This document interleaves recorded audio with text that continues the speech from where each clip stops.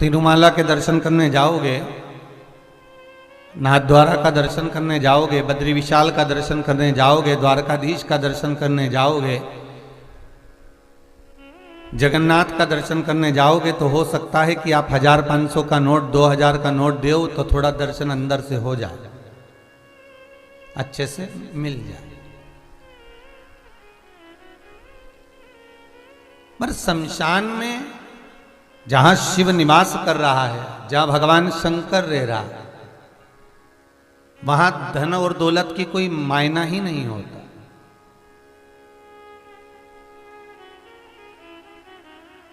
थोड़ी सी प्रॉपर्टी के लिए, थोड़ी सी धन के लिए, थोड़ी सी दौलत के लिए, थोड़े से धन संपदा के लिए भाई भाई का बेरी हो गया। पर एक बात समझ में नहीं आई कि वो बेरी जरूर हो गया, पर जब प्राण छूटे, जिस धन के लिए तूने लड़ाई करी थी, जिस धन के लिए तू विवाद करा था, जिस धन के लिए तू पूरा परिवार से अलग हो गया था, जिस संपदा के लिए तू हर एक से विवाद कर कर अलग हो गया था, तेरे प्राण छूटने के समय पर तेरी पत्नी, तेरे परिवार वाले, तेरे कुटुंब वाले, तेरे बेटे, तेरी बहुएं हाथ में अटैची में धन लेकर खड़े रहेंगे, उसके बाद भी तेरे प्राणों को कोई नहीं बचा सकता। धन भले पास में पड़ा हो, संपदा भले पास में पड़ी हो,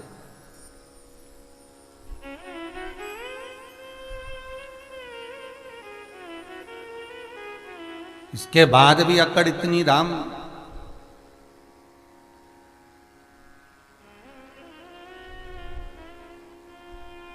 अगर भगवान कोई अच्छी कुर्सी देना, तुमको अच्छा पद दे, और भगवान अच्छी तुम्हें प्रतिष्ठा दे, खूब जोरदार तुमको अगर कहीं का सिंहासन मिल जाए, कुर्सी मिल जाए, पद मिल जाए, और बहुत अच्छे पद पर कोई कलेक्टर, कोई एसपी, कोई डीएसपी, कोई और अन्य अन्य बहुत पद हैं साहब, जिसके भी पद पर यदि भगवान आपको भोलेनाथ बिठा दे, तो मेरा निवेदन है उस पद की गरिमा को याद रखना और उस पद पर बैठकर कुछ गलत ना हो जाए इसका विचार करना।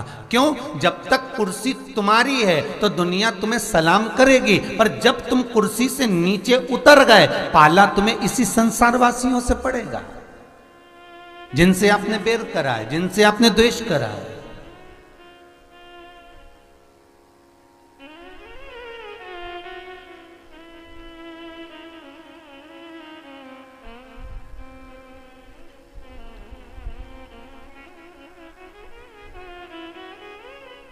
कितना द्वेष, कितना बैर, पर शिव जी के द्वार में ना तो द्वेष है ना बैर है।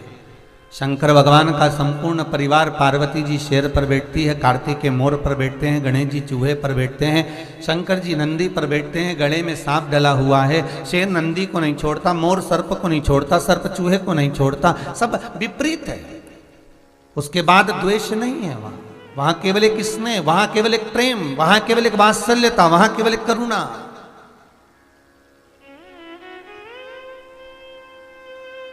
वहां द्वेष नहीं है कुछ भी। थोड़ी धन संपदा की विवाद हो जाए, मेरा निवेदन है, अगर लड़ भी लिए ना थोड़ी जायदाद के लिए, प्रॉपर्टी के लिए, धन के लिए, संपदा के लिए, तो निवेदन है मीठी वाणी मत बंद करना, बोलचाल बंद मत करना, प्रेम बनाकर रखना। हो गया, धन गया, संपदा गई, सत्ता गई, वैभव गया, समय आएगा तो यही आपके काम आएगा। प्रेम बनाकर रखना। कल कथा में आपसे कहा था कि संत, साधु, सन्यासी, तपस्वी, साधक, उपासक, भगत, भक्त, ये जितने होते हैं, ये भगवान की भक्ति में, ये परिवार, नाते, रिश्ते, कुटुंब, कबीले को ना देखते हुए भगवान की अविरल भक्ति में नित्य डूबे, नित्य डूबे।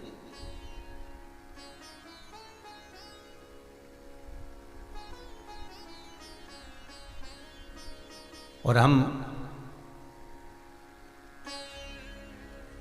अभिमान को जोड़कर, अभिमान को लेकर इतना इतना चलते हैं। एक बार माता पार्वती जी ने शिव जी से पूछा, भोलेनाथ,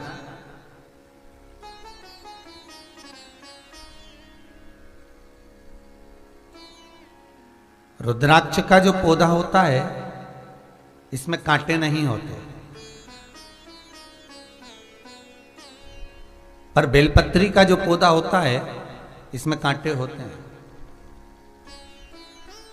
बहुत सुंदर प्रसंग है, जरा ध्यान रखिएगा।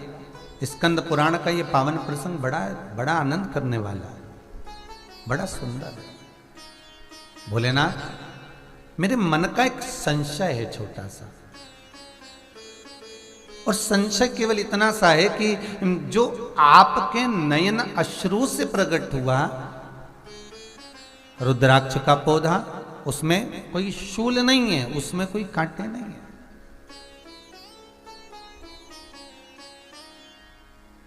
पर जो मेरे नयन अश्रु से प्रकट हुआ ये बेलपत्री का पौधा, देखो 3 पौधों का बड़ा स्मरण है यहां पर, बेलपत्र का पौधा, शमी का पौधा और रुद्राक्ष का पौधा। आपको जब लॉकडाउन के चलते हुए जुलाई या अगस्त की ऑनलाइन कथा में आपने कथा सुनी होगी, शमी शिव महापुराण की कथा।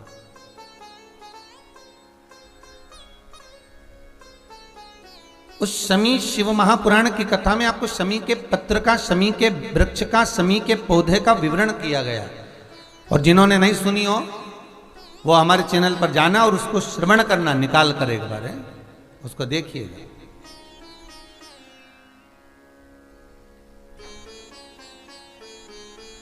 कि बाबा भोलेनाथ जी के नयन अश्रु से जो प्रकट हुआ वो रुद्राक्ष का पौधा है, माता पार्वती के नयन अश्रु से जो प्रकट हुआ वो बेलपत्री का पौधा है, और उमा और महेश, जिस महेश के वंशज हैं महेश्वरी, जिनकी 12 खाम प्रगटी है भगवान महेश के द्वारा,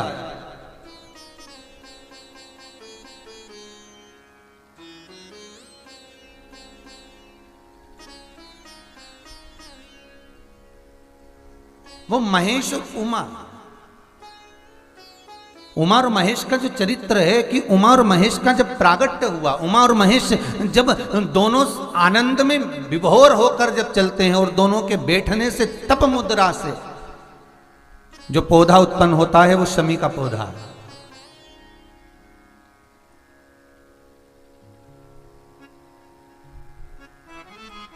शमी का पौधा। तो एक बात ध्यान रखिए, शिव जी के द्वारा जो निर्मित हुआ उसमें कोई शूल नहीं है, उसमें कोई कांटे नहीं है। पार्वती के द्वारा जो निर्मित हुआ बेलपत्री का पौधा, उसमें कांटे हैं। और पार्वती के मिलन से भी जो उत्पन्न हुआ है शंकर के साथ में, उसमें भी कांटे। शमी के पौधे में भी कांटे, शमी के वृक्ष में भी कांटे।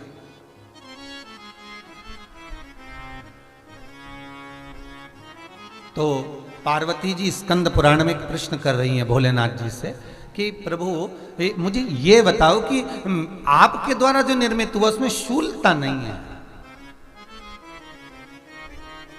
पर मेरे द्वारा जो निर्मित हुआ उसमें शूल क्यों आया है, उसमें कांटा क्यों आया? थोड़ा सा माताओं, मेरी जीजियों, आपको थोड़ा बुरा तो लगेगा इस प्रसंग को सुनकर, पर लग जाए, पर आज कथा निकली है तो सुन लो है कि शिवजी जिस रुद्राक्ष को उत्पन्न कर रहे हैं उसमें शूलता नहीं है, पर पार्वती जी जो संग में मिली हैं उसमें भी शूलता है, और पार्वती के द्वारा जो प्रकट हुआ बेलपत्र उसमें भी शूलता है। तो भगवान महादेव बोलते हैं, पार्वती मैं तुझे कुछ कहूं और कहने पर तुझे तेरे हृदय में कोई बात चुभे, शूल लगे तो मुझे ठीक नहीं लगेगा। नहीं नहीं नहीं, आप कहिए प्रभु, मैं सुनने के लिए तैयार हूं, आप तो बोलो कि कारण क्या है। भगवान कहते हैं, पार्वती बस अंतर इतना है, नारी का जो स्वभाव होता है, स्त्री का जो स्वभाव होता है, उसके हृदय में छोटी छोटी बात के शूल बहुत होते हैं।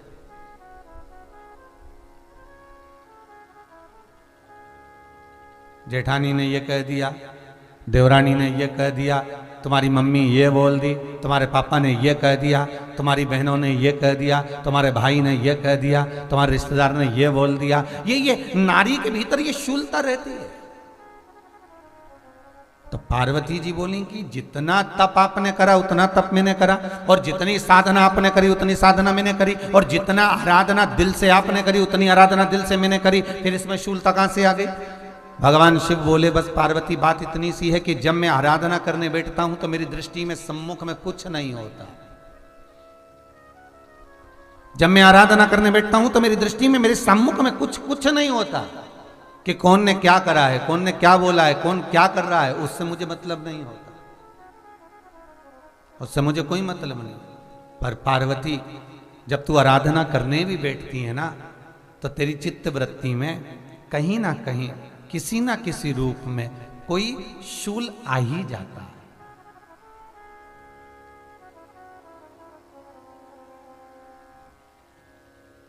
कई माताओं की आदत देखी साहब, भगवान की सेवा करने बैठी है तो भी भीतर थोड़ा सा शूलता भरी हुई है। महाराज बताओ, इतने सारे भगवान इकट्ठे कर लिए, मैंने बोला था बहू से कि वहाँ रख लेती है, बताओ इतने सारे यहाँ पर ला कर रख दिए हैं, अब इसकी सेवा करना पड़ रही है, अब ये करना पड़ रहा है। प्रसाद लेने के लिए रसोई घर में गई, भगवान का भोग लगाने के लिए, तो उसमें भी शूलता आ गई। इतने घंटों से मैं सामान ढूंढ रही, फ्रिज में मिल ही नहीं रहा, मैंने रख के गई थी, भगवान जाने कहाँ चले गए। भगवान को वस्त्र पहना रही है तो शूलता है। अलमारी का ड्रॉज खोला, इसमें मैंने सामान रखा था, ना जाने भगवान का श्रृंगार कहाँ चले गया, कौन ने हाथ लगाया, फिर शूलता आ गई। भोजन करने बैठे तो शूलता है, कोई कार्य के लिए जा रहे हो तो शूलता है। अर्थात कहीं ना कहीं नारी के जीवन में शूलता बनी हुई है। और पार्वती, जब तुम भजन करो, तप करो, साधना करो, भक्ति करो, उसमें शूलता नहीं होना चाहिए।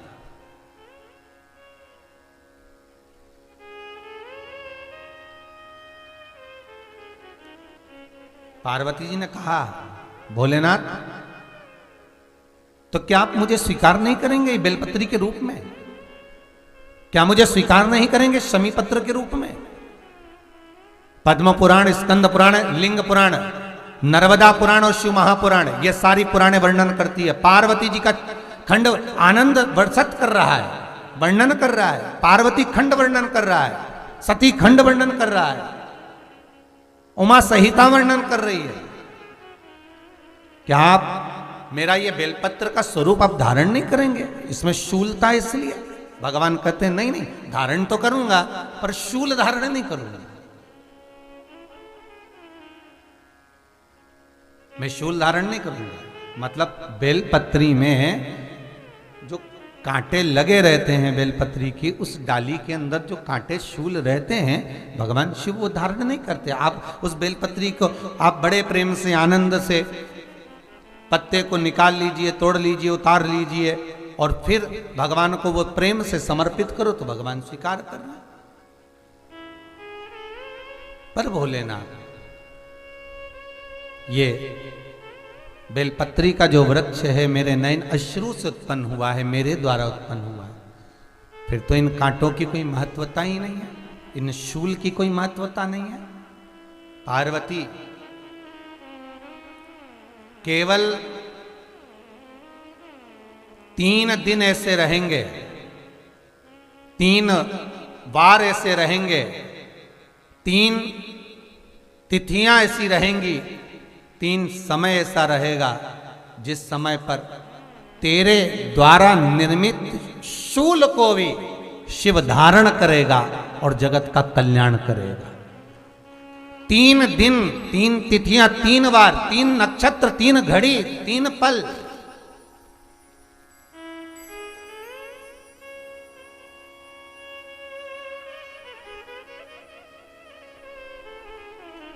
जिसमें बाबा शूल भी धारण करते हैं, और शूल अकेले धारण नहीं करते महाराज। जो धतूरा होता है ना, दर्शन करें धतूरे के, कांटे कांटे सा होता है धतूरा, तो वो धतूरे के साथ में बाबा शूल धारण करते हैं। बेलपत्री के शूल को, ये बहुत बहुत आनंदमय कथा है महाराज जी। जिसके जीवन में हमेशा कांटे ही मिले हैं, बेटी बड़ी हुई तो घर में मायके में दुख देखा, और मायके से गई ससुराल में तो ससुराल में दुख देखा। ससुराल में भी दुख देखने के बाद में भी पति को बहुत कुछ काम खुलवाया, बहुत धंधे खुलवाए, नौकरी लगवाई, पर वो पति बार बार छोड़ कर आ गया, बार बार तकलीफ भोग रहा है, बार बार कष्ट भोग रहा है। फिर थोड़े दिन काम करता है, थोड़े दिन छूट जाता है, फिर व्यापार में बढ़ता है, फिर छूट जाता है, फिर कोई दुकान खुलवाई, थोड़े दिन अच्छी चली, फिर वापस वहीं घर पर आकर बैठ गया। अर्थात उसके जीवन में वो शूलता चल रही है।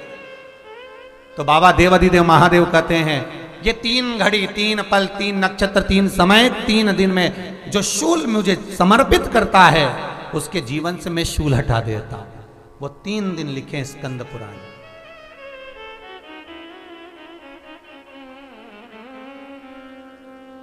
महाराज बैसाख महीने में जो प्रदोष आती है, बैसाख के महीने में, बहुत ध्यान से सुनना भाई, जो अपनी जिंदगी से बहुत तंग आ गए हो, परेशान हो गए हो, कष्टमय जीवन जी रहे हो, बहुत दुखी हो गए हो, उनके लिए ये स्कंद पुराण का चरित्र फिर मिले ना मिले, आप प्रेम से सुन लो भाव से। पहला, बैसाख महीने की प्रदोष,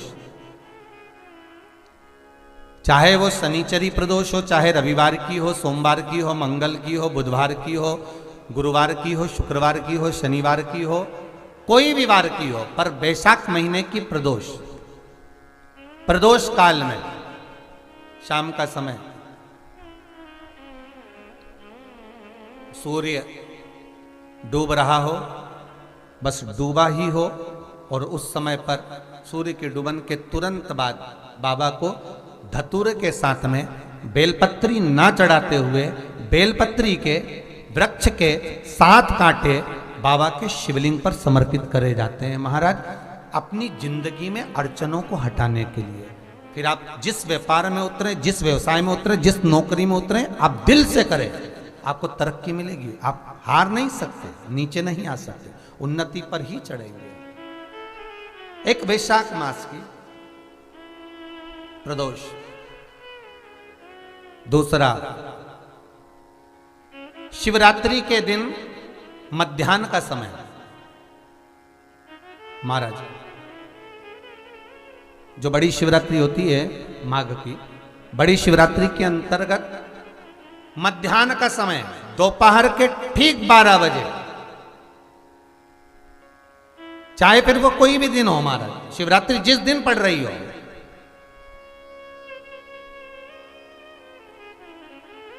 उस दिन भी धतूरे के साथ बाबा को 7 कांटे बेलपत्री के वृक्ष के समर्पित होते हैं महाराज। इसमें आप ये वाले जो कांटे हैं, जो शिवरात्रि के दोपहर 12 बजे वाले हैं, अगर कोई मदिरा पीने वाला हो, व्यसन में डूबने वाला हो, कोई जुआ खेलने वाला हो, कोई गलत वैश्यावृत्ति करने वाला, या अपने मार्ग से विचलित कोई व्यक्ति है, उसके लिए भी ये कांटे बहुत काम आते हैं महाराज।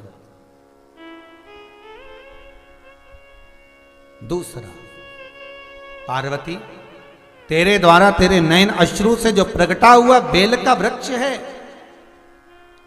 द्वितीय शूल मैं वहां धारण करता हूं, तृतीय शूल, तीसरा शूल जो वर्णन करा गया महाराज, भगवान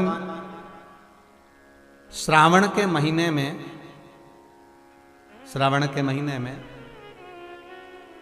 जो भी दूसरा सोमवार पड़े, जो भी पड़े, श्रावण के महीने का दूसरा सोमवार, आप सबको पहले भी श्रावण के महीने में जो कथा कही उसका व्याख्यान वर्णन करा कि श्रावण का महीने का महत्व क्या है। श्रावण का पूरा महत्व बताया था कि श्रावण के महीने में शंकर भगवान को पूरा लेखा जोखा का भार प्रदान किया गया था।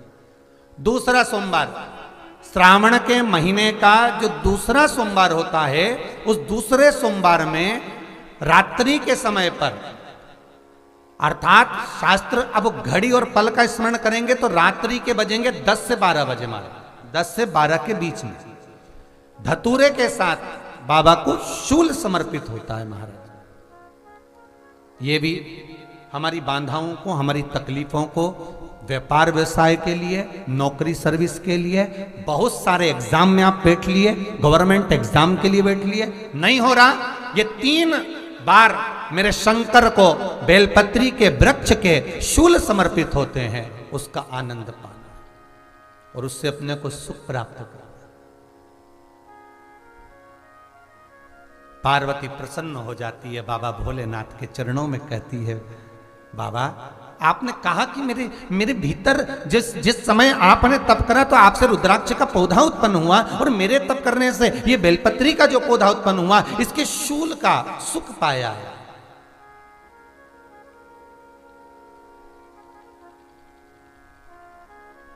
इसके शूल का सुख मुझे प्राप्त हुआ है, आनंद मुझे प्राप्त हुआ है। महाराज बेलपत्री का पत्ता, बेलपत्री का कांटा, अब माता पार्वती दूसरा संवाद कह रही हैं बाबा भोलेनाथ जी से, बाबा मेरे द्वारा निर्मित इस बेलपत्र के वृक्ष में जो फल लगता है वो फल की महत्वता मैं सुनना चाहती हूं। उसको सहज भाषा में कहते हैं हमारे यहाँ बीला। अब आप क्या कहते हैं, बेल कहते हैं, बीला कहते हैं। ऐसा फल बेलपत्री के वृक्ष के अंदर एक बड़ा बड़ा फल लगता है, बेल का फल, बीले का फल। उसकी महत्वता मुझे श्रवण करना, उसकी महत्वता मुझे धारण करना। महाराज भगवान काशी विश्वनाथ, भगवान शंकर आनंद में विराजमान है। काशी नगरी है बाबा की।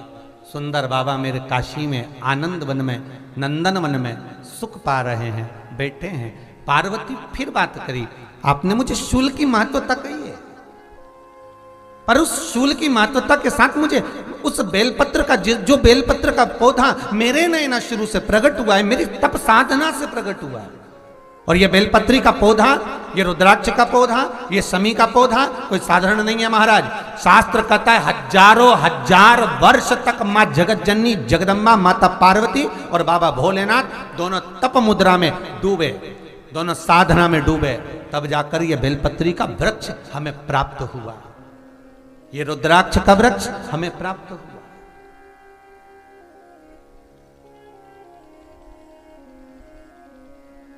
तब हमें मिला है। इस बेल पत्री में क्या क्या गुण है महाराज।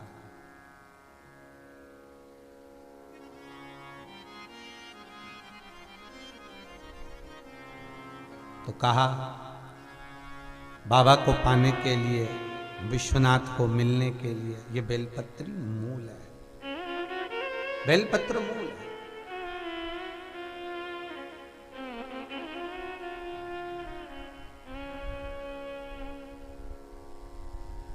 और कहे जैसे वो कहते हैं ना कि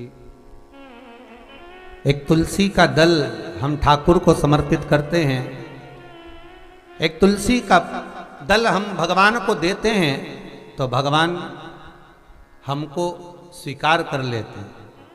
उसी तरह बेलपत्र का पत्ता, बेलपत्र का पौधा, बेलपत्र का वृक्ष जहां पर होता है वहां पर 33 कोटि देवता नित्य निवास करते हैं महाराज, नित्य निवास। बाबा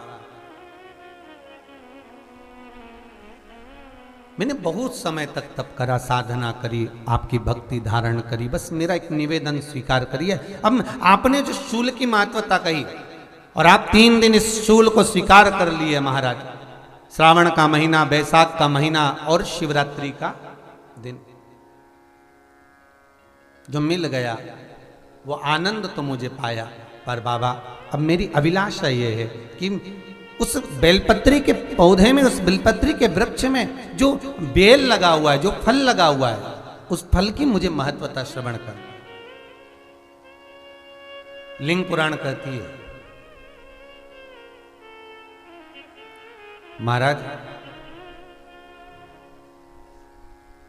जो बच्चा हकलाता हो, अर्थात बोलते बोलते अटक जाता हो या वाणी हकला रही हो, तो शास्त्र कहता है कि बेल का जो फल होता है उस बेल के फल को धीरे से फोड़कर ऊपर से चक्कू से उसको साफ कर कर अंदर से पूरे उसका जो गुर्दा है बेल के फल का उसको निकाल लीजिए। और उस बेल के फल का जो गुर्दा है उसको निकाल कर वो खाली कर लीजिए बेल का। महाराज सोमवार के सोमवार 5 सोमवार उसमें पानी भरकर भगवान शंकर को समर्पित करिए। एक पात्र शिवलिंग में से जो जल नीचे गिरे उसके उधर पात्र को लगा लीजिए। महाराज समर्पित कर कर जल को झेल कर ले आइए। जो व्यक्ति वाणी से हकला रहा हो उस व्यक्ति को वो जल भगवान शंकर का जो शिव महापुराण का मूल मंत्र है श्री शिवाय नमस्तुभ्यम, उस मंत्र का जाप कराकर धीरे धीरे बुलवाते हुए उस पानी को पिलाना प्रारंभ कर दीजिए। केवल सोमवार को ही करना है और सोमवार को ही पिलाना, इसके सिवाय नहीं करना। महाराज जैसे मंत्र बोलते जाए, श्री शिवाय नमस्तुभ्यम बोलते जाए और धीरे धीरे उसको पानी पिलाते जाए, श्री शिवाय नमस्तुभ्यम बोलते जाए और पानी पिलाते जाए। महाराज धीरे धीरे आप 5 सोमवार करोगे, उसकी वाणी में अटकना बंद हो जाएगा, धीरे धीरे उसकी वाणी श्रेष्ठता की ओर अग्रण्य होगी। तो बीले की महत्वता भगवान लिंग पुराण के अंतर्गत वर्णन कर रहे हैं, भगवान शिव कह रहे हैं स्कंद पुराण के अंतर्गत, लिंग पुराण के अंतर्गत, नर्मदा पुराण के अंतर्गत, शिव महापुराण के अंतर्गत कि जो बीला है, इस बीले की महत्वता, इस बीले का सुख क्या है। तो क्या कहा महाराज जी, भगवान शिव कहते हैं अरे पार्वती 1000 अश्वमेध यज्ञ में अग्नि कुंड के अंदर पूर्ण आहुति पर जो गोला समर्पित किया जाता है और एक बेल, एक बीला बैसाख महीने में जो मुझे समर्पित कर देता है, उसको 1000 अश्वमेध यज्ञ का पुण्य फल प्राप्त हो जाता है। मात्र एक बेल।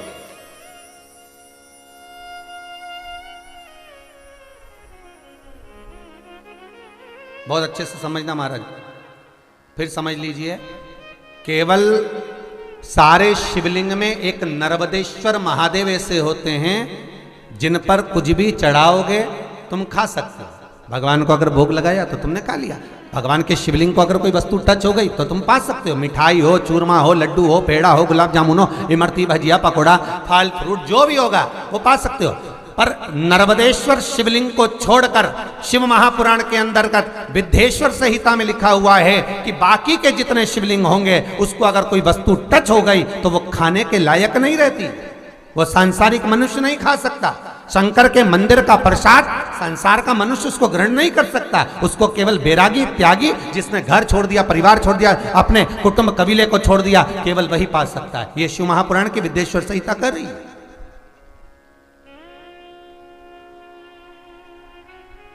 पर शंकर कह रहे हैं, मां उमा से, मां पार्वती से मेरा महेश कह रहा है, मेरा बाबा भोलेनाथ, मेरा बाबा विश्वनाथ, मेरा त्रिकालदर्शी कैलाशी अविनाशी कह रहा है कि हे पार्वती,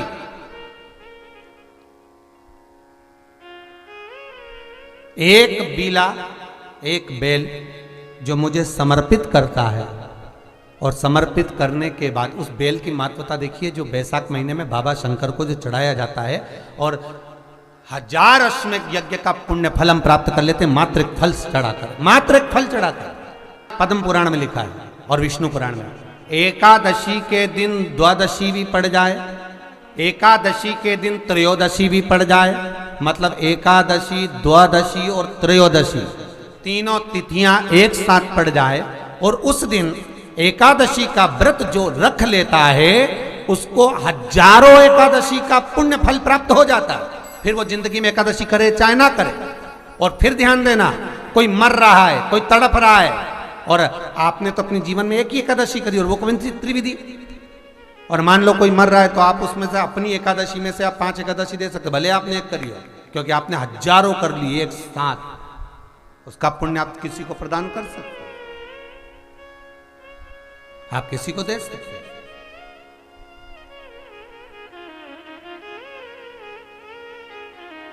उसी तरह हे पार्वती, संसार का मनुष्य जब मुझे वो बेलपत्र समर्पित कर, वो बेल का फल समर्पित करता है, पार्वती वो फल जो मुझे चढ़ता है, फिर मैं भले नर्मदा के जल से निकला हुआ कंकर शंकर क्यों ना हूं, फिर चाहे मैं गंगा के जल से निकला हुआ कंकर शंकर क्यों ना हूं, चाहे फिर मैं यमुना के जल से निकला हुआ कंकर शंकर क्यों ना हूं, चाहे मैं सरयू के जल से निकला हुआ कंकर शंकर क्यों ना हूं, चाहे मंदाकिनी के जल से निकला हुआ कंकर शंकर क्यों ना हूं, ए पार्वती, फिर जो भी शिवलिंग पर वो बेल समर्पित होता है वो बेल उठाकर जीव अपने कार्य में ले सकता है। ये मां उमा से कह रहा है। तो उस बेल की महत्वता जानेंगे। अब अपन उस बेल को जानने के लिए वापिस स्कंद पुराण में चले, तो स्कंद पुराण में लिखा हुआ है कि जो बेल बैसाख के महीने में शंकर को चढ़ाया जाता है वो बेल का फल उठाकर रख लिया जाता है। बैसाख के महीने में उस चढ़े हुए, बाकी के आपको बेल का फल खाना हो तो बात दूसरी, पर चढ़ा हुआ जो बेल का फल है वो पूरा बैसाख नहीं खाना। बैसाख के बाद में अगला जो महीना आए उस महीने के अंदर उस फल के अंदर का गुर्दा निकालकर उसको सुखा लीजिए, और सुखाकर जिस व्यक्ति को पथरी की बीमारी हो और जिस व्यक्ति को पेट में बहुत भोजन पचता ही नहीं है, पूरा शरीर पाचन क्रिया बेकार हो गई, उस व्यक्ति को केवल 7 दिन तक शंकर पर चढ़ा हुआ वो बेलपत्र प्रदान कर दीजिए। पथरी भी बाहर और पाचन क्रिया भी ठीक, जिंदगी भर तकलीफ नहीं। उस बैसाख में उस फल की इतनी महत्वता बाबा भोलेनाथ स्कंद पुराण, लिंग पुराण, नर्मदा पुराण, पद्म पुराण के अंतर्गत, शिव महापुराण के अंतर्गत वर्णन कर, उसकी महत्वता है। वो बेल का फल साधारण नहीं हो सकता। मेरे शंकर को जो जो चढ़ता है ना, वो कुछ भी चीज साधारण नहीं है भाई। हो मेरे शिव को जो जो चढ़ता है, जल हो, पंचामृत हो, घी हो, शहद हो, महाराज चाहे बेलपत्री हो, चाहे धतूरा हो, बाबा को जो चीज, चाहे भस्म हो, बाबा को जो चढ़ रहा है, वो कहे चपटी भभूत में है खजाना कुबेर का, उसके ऊपर जो चढ़ा वो करोड़ों का हो गया, भले वो भस्म शमशान की, वो भी करोड़ों की। काशी में, उज्जैन में, महाकाल की नगरी में शमशान की भस्म बाबा पे चढ़ती है, और वही थैली में पैक होकर लाखों की बिकती है, और लोग उसको अपनी तिजोरी में रखते हैं। और तुम कहीं मुर्दे को जलाने जाओ और वहां से आकर पत्नी पहले से गर्म पानी रख देती, बाहर नहाओ। पत्नी पहले ही कह देती चलो बाहर स्नान करो, तो क्या क्यों? अरे तुम मुर्दा जला कर आ रहे हो, शमशान से आ रहे हो, जाओ जरा स्नान करिए।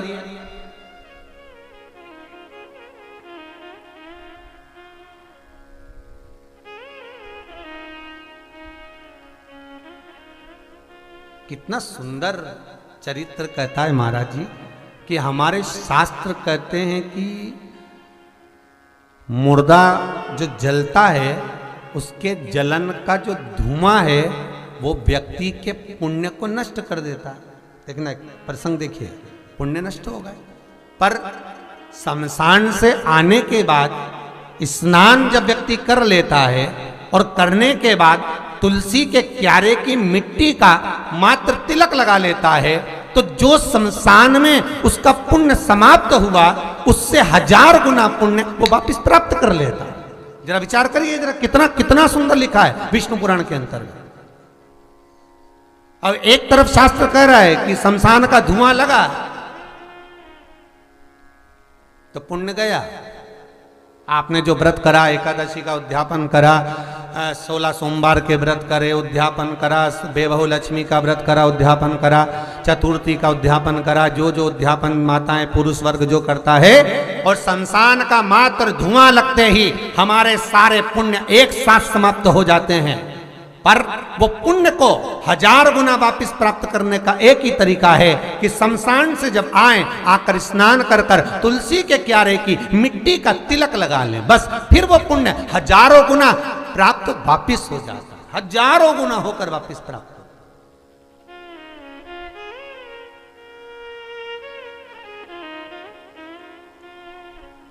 वो वापिस समय मिल गया। तो मेरे बाबा पर जो चढ़ रहा है, मेरे भोलेनाथ जी को जो समर्पित हो रहा है, वो कोई साधारण नहीं मान। और बाबा को चढ़ा भी ऐसा, शहद चढ़ा तो मधुमक्खी का झूठा था, दही चढ़ा वो भी झूठा था, दूध चढ़ा वो बछड़ों का झूठा था, जल चढ़ा वो मछली का झूठा था, फूल चढ़ा वो भंवरों का झूठा था, बेलपत्र चढ़ी वो सर्पविष की झूठी।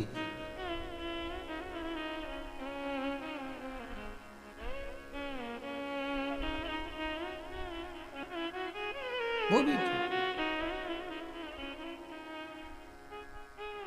शंभो शरणे पड़ी मांगू घड़ी रे घड़ी दुख काटो। हे बाबा,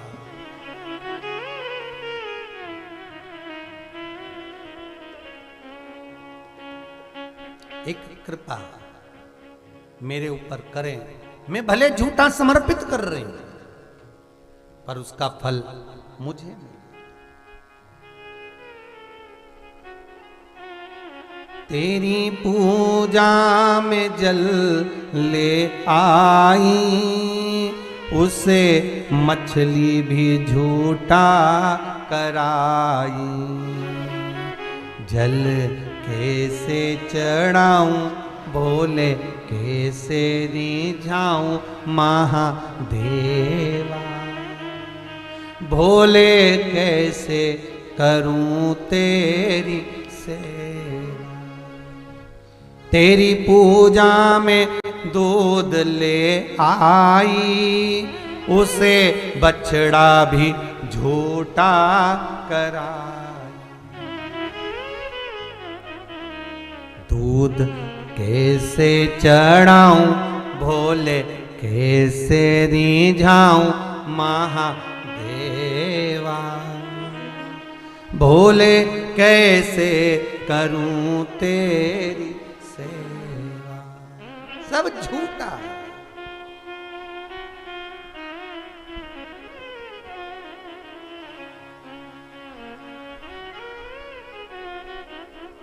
इसलिए बाबा हम कैसे भी हैं, हम में कितना भी कपट भरा हो, छल भरा हो, हम कितने भी पापी हों, पर हैं तेरे। हम कैसे,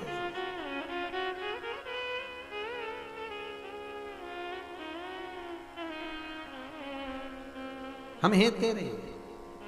हे भोलेनाथ, बस इतनी कृपा करना कि अंतिम समय में कोई आए ना आए, पर तू हमें लेने जरूर। शिव महापुराण कह रहा है कि बेल का जो फल बैसाख महीने में हम शिव को चढ़ाते हैं, वो किसी भी शिवलिंग पर चढ़ा सकते हो और उसका पान भी आप कर सकते हो, उसको खा भी आप सकते हो। बाकी के समय पर आप जो नर्मदेश्वर महादेव हैं, केवल उन्हीं पर चढ़ा हुआ पा सकते हैं।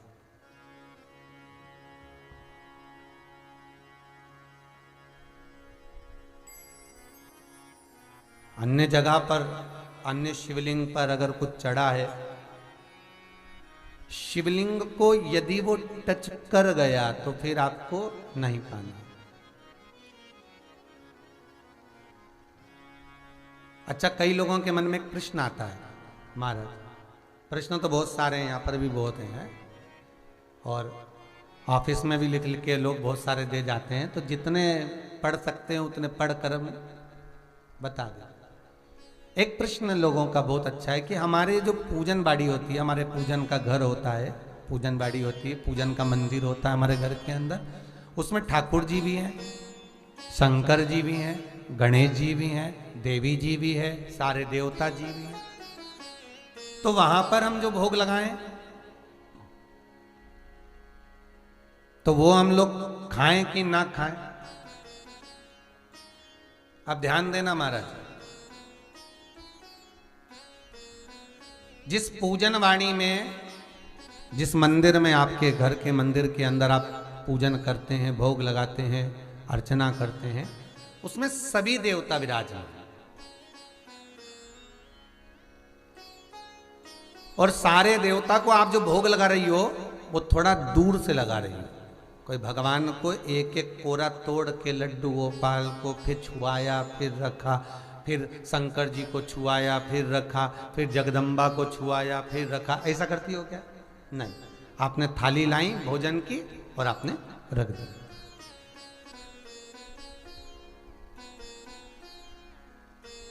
और थाली रख कर रखा,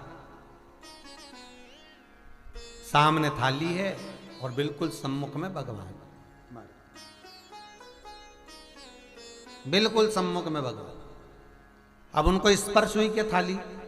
नहीं, उन्होंने भाव से स्वीकार करा। शिव महापुराण की कथा कहती है बाकी के जितने भी शिवलिंग हैं, नर्मदेश्वर से हटकर भी जो शिवलिंग है, उनके सामने अगर आपने कुछ चढ़ाया है शिवलिंग को बिना टच करे हुए, तो आप खा सकते हो, तो आप पा सकते हो।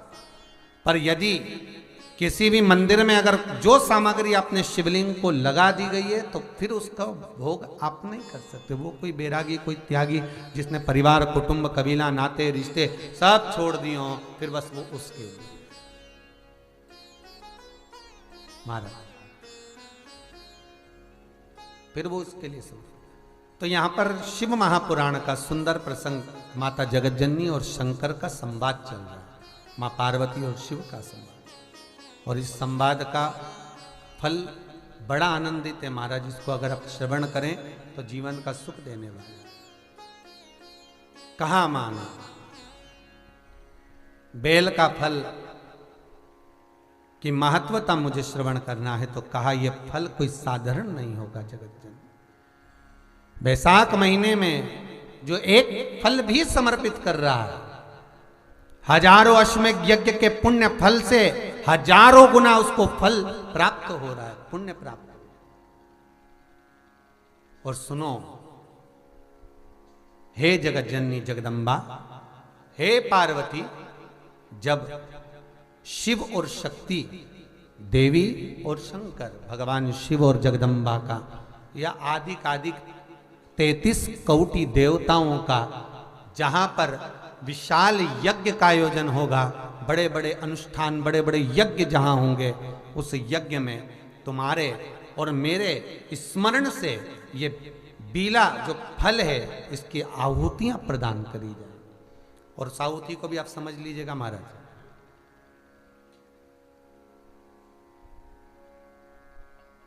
एक वो भी आप समझ लें कि जैसे अष्टमी तिथि या नौमी तिथि किसी भी महीने की,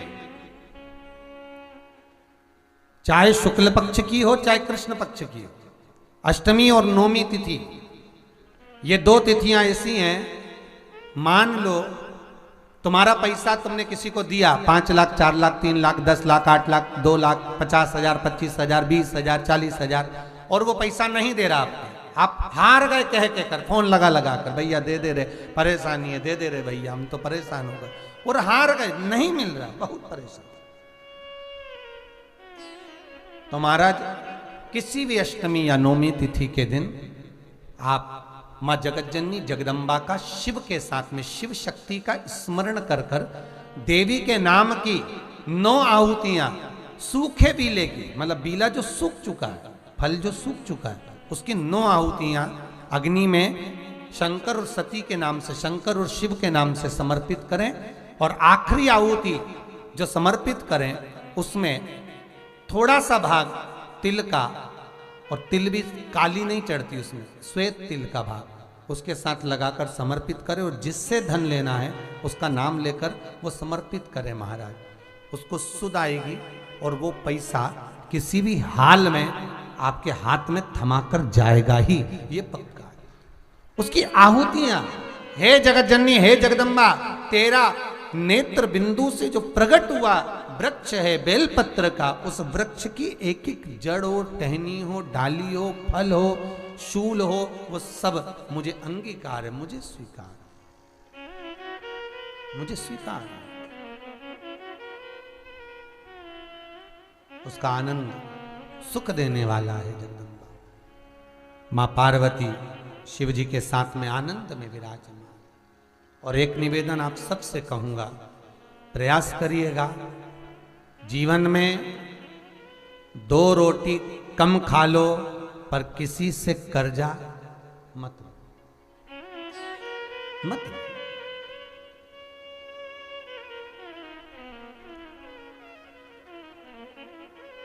क्यों ले? गुरुजी बैंक का बहुत कर्जा है, हमने कहा काय को लिया लोन, अब गुरुजी मकान तो बनाना था तो लेना तो था, फिर मकान का लोन तो था ही सरी, साथ में 4 व्हीलर गाड़ी और उठा ली, गुरुजी कर्जा बहुत है। हमने कहा अब काय का हो गया, 4 व्हीलर ले लिए, उसका भी लोन है। फिर गुरुजी कर्जा बहुत है, अब काय में हो गया, गुरुजी वो फैक्ट्री डाली थी जीनिंग थोड़ा सा तेल की, और इसका कर्जा हो गया, तो वो भी लोन। क्या करा, मकान पर लोन लिया, प्लाट पर लिया तो मकान बनाया, मकान पे लिया तो फैक्ट्री खोली, फैक्ट्री पे लिया तो गाड़ी आ गई, सब कर्जे में लगा लो। क्यों बोले? और हो गया, उसके बाद में चिंता नहीं करना, हो गया ना, ठीक है। जयपुर के अग्रवाल जी, उनकी आप बीती यहीं पर माइक पे सुनवाएंगे हम। वो कहते हैं गुरु जी पूर्ण तरह से बर्बाद हो गया लॉकडाउन में, 1 रुपया नहीं बचा, और जा रहे थे सुसाइड करने, कहीं मोबाइल पर किसी मित्र ने कथा सुना दी और बस रुक गए कि अब नहीं मरना, महाराज कह दिया है कि भटकोगे, अब नहीं मरना। और कथा भी वही मिली, भटकने वाली, मर तो जाओगे बेटा, गति बिगड़ जाएगा। मरना सरल है बहुत, और तरना भी तो देखो है। ट्रेन के लोकल डब्बे में चढ़ जाओ, जगह है नहीं, हमारे को तो सब मिली नहीं। हमने तो फर्स्ट एसी का टिकट कराया, उसमें भी नहीं मिली, सेकंड एसी का वो भी नहीं मिली, थर्ड एसी का कराया वो भी नहीं मिली, फिर रिजर्वेशन कराया स्लीपर का वो भी नहीं मिला, तो जाना तो था, चढ़ गए लोकल में, और दादा बाथरूम में लटके, और आखिरी में मंजिल तक भी नहीं पहुंचे कि मैं तो अगला स्टेशन पर उतर जाऊं, मेरे काका से नहीं बने, दादा लटका लटका मारा तो पाँव हाथ टूट गया, और अगला स्टेशन पर उतरी। तो ऐसा काम काय को कर, जब ऊपर बैकुंठ और नरक के सारी सीटें फुल, तो तुम्हें तो लोकल में लटकना ही पड़ेगा। फिर ऊपर तुम्हें कहाँ रिजर्वेशन मिल रही है कि तुम्हें बैकुंठ ले जाए कि नरक ले जाए, लटके रहो, अब नीचे ही लटको, कौन ले जाए। तो कहा गुरु जी बड़े तकलीफ में आ गए, और ऐसा हो गया, और करोड़ों रुपए का कर्जा हो राम, अब क्या। तो हमने कहा बताओ इतना कर्जा होने के बाद तुम यहाँ काय को आ गए ऋषि, और तो कि बस तुमने टीवी में देखा था कि लटक जाओगे, इसलिए हम यही लटके। आ तो गए, यही आपस में मिले हो। हमने कहा तुम बाहर बैठो, जयपुर से आयो। गुरु जी बहुत, हमने कहा क्या विचार है, बस व्यापार अच्छा चल जाएगा, नहीं तो सब बिकने की कतार है, कुछ बचा है एक आध चीज, बच्चा तो क्या है, फैक्ट्रियां सब बंद पड़ी हैं, कोई काम है कुछ नहीं। फिर भी आशा लगा कर जाओ, बाबा पर विश्वास कर कर जाओ, बाबा 2-1 महीने में दे दे तो शिव महापुराण जरूर कराओ। लॉकडाउन के टाइम पर आए, बाबा से विनती कर कर निवेदन कर कर, कहीं बाबा ने सुन ली, कुबेर भंडारी है वो तो भले अभी नहीं बैठा, पर जमीन तो उसी की है, उसी की प्रॉपर्टी पे तो अपन बैठे, सही है गलत है। अब किसी के प्लाट पे चले जाओ, भले तुम उसके प्लाट पे वो गोबर का कंडा थाप दो, पर भले थाप दो, पर प्रॉपर्टी तो दूसरे की है, भले तुम कंडा तुम्हारा पर प्रॉपर्टी तो उसी की है। आने वाला तो व्यक्ति कहेगा भाई हमारे प्लाट पे ठापा है, 2 कंडा हमारा भी, प्रॉपर्टी तो उसी की। आप लोगों ने जो 1-1 रुपया लगाया, जो भाव से समर्पित करा, या यहाँ आकर बैठे, तो उसकी रज अपने शरीर पर तो लगी, तो वो खाली तो नहीं छोड़ेगा, ये पक्का। जैसे पोटा गिरता है तो धूल लेके उठता, ऐसे ही गए। और उसके बाद में इनकी जब सूचना आई, गुरु जी तैयारी करो, शिव महापुराण, बाबा कृपा कर। सबसे बड़ी बात तो यह है कि यहाँ आए हो तो बस पाओ, भोजन करो, भजन करो, स्मरण करो, कीर्तन करो। यहाँ कोई पैसा दिला तो लगना नहीं तुम्हारे को, रुकने का ना खाए का ना खाए का, बस आनंद करो, जाओ। फिर भगवत चित्त हो, और भजन चरणारविंद का जो सुख है भगवान का, मेरे कुबेर भंडारी देने में कमी नहीं रखते, बाबा देने में कभी कमी नहीं रखेगा। तो पार्वती से भगवान शिव कह रहे हैं तू सुख का आनंद है, क्यों? मान लो कर्जा हो भी गया तो निवेदन इस व्यासपीठ से, कोई गलत काम नहीं करना अपन को, हो गया ना कर्जा, हो जाएगा। मनुष्य का शरीर है, मानव की देह है, और भगवान ने अगर अच्छे दिन दिखाए थे तो बुरे आ गए, और बुरे भी आए हैं तो फिर अच्छे आएंगे। विश्वास पूरा रखना, बस विश्वास में इस विष को, विश्वास शब्द में से विष को बाहर निकाल दो तो केवल रह गया आस। क्या रह गई? आस। विष को हटाओ, आस पकड़ के रखे रहो, तो विश्वास अगर प्रबल है तो मेरा शिव देगा जरूर, ये पक्का है। और इतना देगा जैसे ये कौशल परिवार कथा करा रहा है, जिंदल परिवार ने कथा कराई, लॉकडाउन से लगातार ऑनलाइन कथा निरंतर चल रही है, और बाबा इनको जैसा दिया मेरा विश्वनाथ आपको भी देगा, और आप भी कहेंगे कि ये कथा हम भी करा। ये बाबा